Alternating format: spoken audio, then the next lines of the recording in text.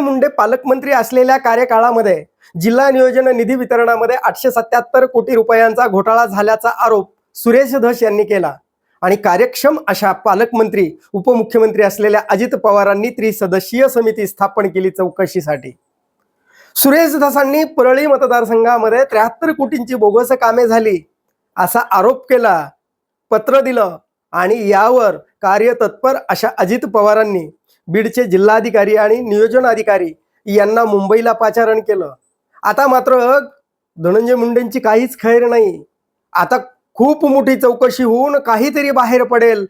ते काय बाहेर पडायचं ते पडलंच नाही, परंतु संघटनात्मक आणि धोरणात्मक पातळीवर राष्ट्रवादी काँग्रेस पक्षाची ध्येय धोरण ठरवणाऱ्या कोर कमिटीमध्ये धनंजय मुंडेंचा समावेश करण्यात आला।